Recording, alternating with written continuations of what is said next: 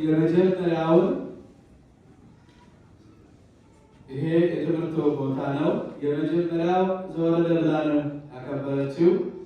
መቼም ከሰማይ መውረድ አለበት፣ መምጣት አለበት፣ መወለድ አለበት። ከዛም ቀጥሎ ደግሞ ከተወለደ በኋላ ተጠምቆ ዕለቱን ውሎ ሳያድር ወደ ገዳመ ቆሮንቶስ ገብቶ በዛ 40 ቀን ቆይቶ ወጥቷል። ከዛም እንግዲህ ዛሬ ደግሞ ምኩራብ ከጾሙ ከወጣ በኋላ የማስተማር ጊዜውን እንደጀመረ ጌታችን አምላካችን መድኃኒታችን ኢየሱስ ክርስቶስ ወደ አይሁድ ቤተ መቅደስ ወደ ኢየሩሳሌም ወጣ ይላል።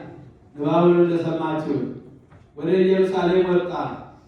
በዛ ወደ ኢየሩሳሌም በገባበት ሰዓት በዛ በቤተ መቅደሱ ውስጥ ወደ ቤተ መቅደሱ ሲገባ የሚያስደስት ነገር አላገኘም። በጎ ነገር አላገኘም። በመጀመሪያው ቅድም በቅዳሴው መካከል ዲያቆኑ እየመራን እኛም እየተቀበልን በመዝሙር 68 ቁጥር 9 ላይ እስመ ቅንዓተ ቤትከ በልዓኒ ትዕይርቶሙ ለእለ ይትዔየሉከ ወርቀ ላዕሌየ፣ የቤትህ ቅናት በላኝ። በአንተ ላይ በተገዳደሩ ጊዜ፣ በአንተ ላይ በተነሱ ጊዜ የቤትህ ቅናት በላኝ ብሎ ቅዱስ ዳዊት ይህንን ትንቢት እንደተናገረ ጌታችን ኢየሱስ ክርስቶስን በዛ ወደ ቤተ መቅደሱ ሲገባ በቤተ መቅደሱ ውስጥ መልካም ነገርን አላየምና የቤቱ ቅናት እሱንም በጣም የነበሩት ሰዎች በቤተ መቅደሱ የሚሰሩት ስራ በጎ ስላልነበረ ዳዊት የቤተ ቅናት ላይ ማለቱ ስለ ፀሐይ አቁመው አምልኮትን ትተው ለጣዖት ሲሰግዱ ስላየው በሌላም ተገዳደሩብኝ በአንተ ላይ እንዳለ ተናገረ። በቤተ መቅደስ ገብቶ በዛ ቤተ መቅደሱ የጸሎት ቤት የነበረው የበረከት ቤት የነበረው የንግድ ቤት ሆኖ አግኝቶታል። ምኩራብ ማለት እንግዲህ በብሉይ ኪዳን የጸሎት ቤት ማለት ነው። ዛሬ ይህች ቤተክርስቲያን ቤተ መቅደስ ተብላለች። ያን ጊዜ ግን ሰው ሁሉ ከእግዚአብሔር ጋር የሚገናኝበት የጸሎት ቤት፣ የምስጋና ቤት፣ ከዛም ከእግዚአብሔር ጋር የሚገናኙበት ቤት ነው። በዛ ጌታችን ኢየሱስ ክርስቶስን 12 ዓመት በሆነው ጊዜ ምኩራብ ገብቶ ነበረ። ከነዛ ሰዎች ከአይሁድ ጋር እየተነጋገረ በነበረ ሰዓት እመቤታችንና ዮሴፍ መንገድ ላይ ጠፍቶባቸው ተመልሰው በቤተ መቅደሱ ነው ያገኙት። እኔና አባትህ ስንፈልግ እንዴት ትጠፋብናለህ ብላ ስትጠይቀው እኔ በአባቴ ቤት አለሁ ነው ያለው። ያ ቤት የአባቱ ቤት ቤተ መቅደስ ነው። እኔ በአባቴ ቤት እንዳለ አታውቁምን ነው ያላቸው በቤተ መቅደስ ውስጥ ስላገኛቸው። እንግዲህ ይሄ ዛሬው የትምህርት ጊዜና አንጽሖተ ቤተ መቅደስ ወይም ደግሞ ቤተ መቅደሱን ያጸዳበት 2 ጊዜ ነው። ፋሲካን ያከበረው 4 ጊዜ ነው። ቤተ መቅደሱን ያጸዳው ደግሞ 2 ጊዜ ነው። አንዱ ዛሬ ነው የመጀመሪያው፣ ሁለተኛው መቼ ነው? በዕለተ ሆሳዕና የሆሳዕና ጊዜ ነው። በዛ ቦታ 2 ጊዜ ነው እና እዛ ከገባ በኋላ እነዛ በቤተ መቅደሱ ውስጥ እህል ደርድረው ከብቶቹንም አቁመው በሬዎቹንም አቁመው እህሉንም ርግቦቹን በየቦታው መደርደሪያ ይዘው በዛ ቦታ ይነግዱ ነበረ። ከዛ ገባና አያቸው። ጌታችን ኢየሱስ ክርስቶስ በጣም በእነሱ ላይ ተቆጣ። ምን አለ? በሬዎችንና በጎችን ርግቦችንም የሚሸጡትንም ገንዘብ ለዋጮችንም ተቀምጠው አገኘ። የገመድ ጅራፍ ይላል። የገመድ ጅራፍ አበጅቶ ሁሉም በጎችንም በሬዎችንም ከመቅደሱ አወጣቸው። የገመድ ጅራፍ አበጅቶ በሬዎችንም ከብቶቹንም ርግቦቹንም ከቤተ መቅደሱ አወጣቸው። እነዚያን ድርድራቸውን ገለበጠባቸው፣ አፈሰሰባቸው ይላል። እዛ መጨረሻ ላይ ቤትየሰ ቤተ ጸሎት ትሰመይ አንትሙሰ ረሰይክምዎ በአተ ፈያት ወሰረቅ። ቤቴ የጸሎት ቤት ተብሎ ይጠራል። ቤቴ የጸሎት ቤት ነው። ቤቴ የምስጋና ቤት ነው። ቤቴ ከእግዚአብሔር ጋር የምስጋና ቤት ነው። ሰዎች ከኔ ጋር የሚገናኙበት ቤት ነው። እናንተ ግን የወንበዴዎች ዋሻ፣ የንግድ ስፍራ አደረጋችሁት ብሎ እነዚያን ነጋዴዎቹንም የገበል ጅራፍ አበጅቶ ከብቶቹንም ከነንግዳቸው ከነበረታቸው ገርፎ አስወጣቸው ይላል። ገርፎ አስወጣቸው። ከዛ ዳዊትን ቅድም የጠቀሰውን ጠቀሰ። እስመ ቅንዓተ ቤትከ የቤት ቅንዓት ይበላኛል ተብሎ እንደተጻፈ አሰበ ይላል። የቤት ቅንዓት ይበላኛል ተብሎ እንደተጻፈ አሰበ። ስለዚህ አይሁን በዚህ መሃል ተበሳጩ ይላል። ተበሳጩ።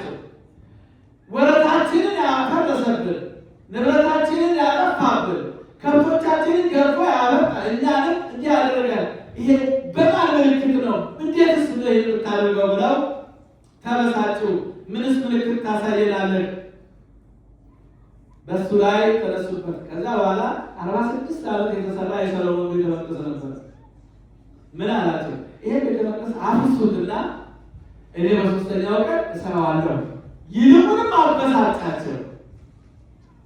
ይልቁንም እንደገና ይሄ ትልቅ ቤተ መቅደስ ትልቅ ምኩራብ 46 ዓመት ነው የተሰራው። 46 ዓመት ነው የፈጀው። እንዴ እኛ ንብረታችንን ስላጠፋብን፣ ከብቶቻችንን ገርፎ ስላወጣ፣ ድርድራችን ስለገለበጠብን ይሄንን በማን ምልክት እንዴት ታደርጋለህ ብለን ስንጠይቀው ሌላ ጭራሽ ሆኖ ሌላ አመጣብን። ይሄ ቤተ መቅደስ አፍርሱትና እኔ በሶስተኛው ቀን እሰራዋለሁ አላቸው። ይሄ ነው ያበሳጫቸው። አንዱ ይሄ ነው ትልቁ ያናደዳቸው። 46 ዓመት ሙሉ የተሰራውን ቤተ መቅደስ አንተ በ3 ቀን አፍርሱት እንዴት ትላለህ? ብለው በእሱ ላይ ተናገሩት። እነሱ ግን አልገባቸውም። እሱ የተናገረው እሱ የሚናገረው ስለራሱ ቤተ መቅደስ ነው። ስለ ራሱ ቤተ መቅደስ ነው። መጽሐፉም ይናገራል። ይህ ቤተ መቅደስ ከ46 ጀምሮ ይሰራ ነበር፣ አንተስ በሶስተኛው ቀን ታነሳዋለህ አሉ። እርሱ ግን ስለ ሰውነቱ ቤተ መቅደስ ይነበረ ስለ ሰውነቱ ቤተ መቅደስ ይናገር ነው። ስለ ሰውነቱ ቤተ መቅደስ ይናገር ነበረ። በኋላ ነው እነዚህ እንግዲህ ከትንሣኤው በኋላ ያመኑበት ያወቁት የተረዱት እና ስለዚህ እንግዲህ ቤተ መቅደስ ይሄ ምኩራብ የቀድሞ የጸሎት ቤት ነው። ሁለተኛ ደረጃ ደግሞ ከእግዚአብሔር ጋር የሚገናኝበት ቤተ መቅደስ ነው። የዛሬቷ ምኩራብ ደግሞ ይቺ ቤተክርስቲያን ናት። የእግዚአብሔር ቤት፣ የጸሎት ቤት፣ የምስጋና ቤት፣ ከእግዚአብሔር ጋር የምንገናኝበት ቤት ይቺ አንደኛዋ ቤተ መቅደስ ናት። ሁለተኛው ቤተ መቅደስ የኛ ሕይወት ነው። የሰው ሕይወት ነው። የኛ አካል ነው።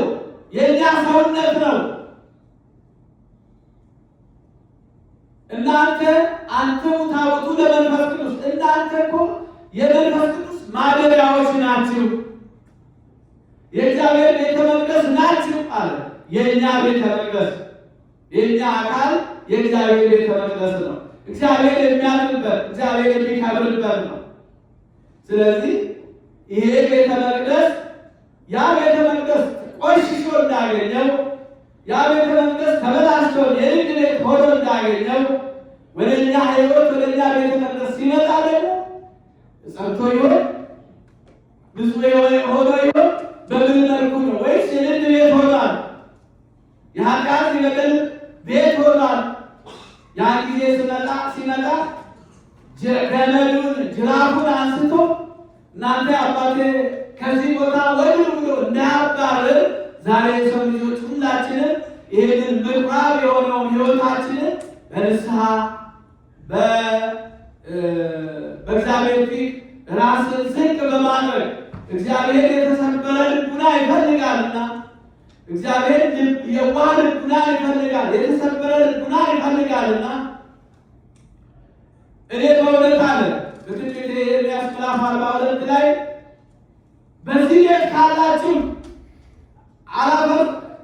እሰራችኋለሁ እንጂ አላፈርሳችሁም፣ እተክላችኋለሁ እንጂ አልነቅላችሁም ያለው።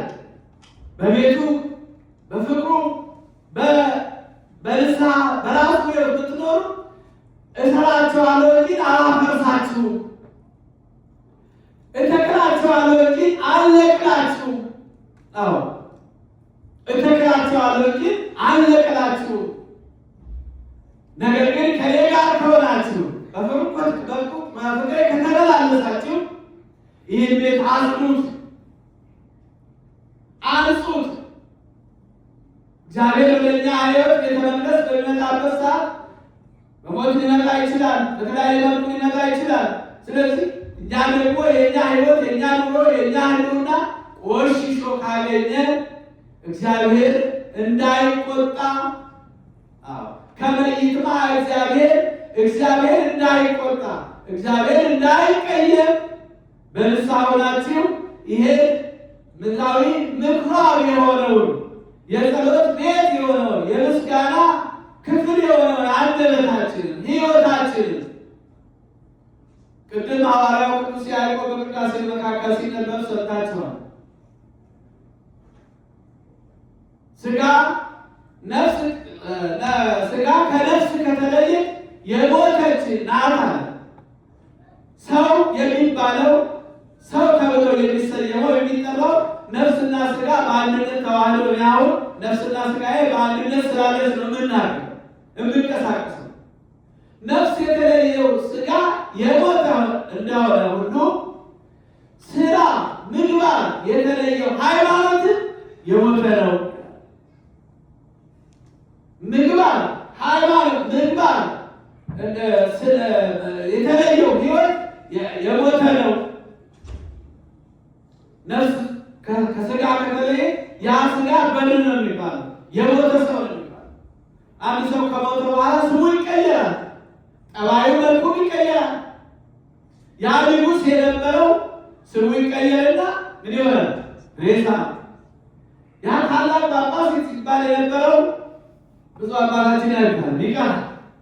እከሌ ንጉሠ ነገሥት አይባልም፣ ሬሳ ተብሎ ነው የሚሰየው።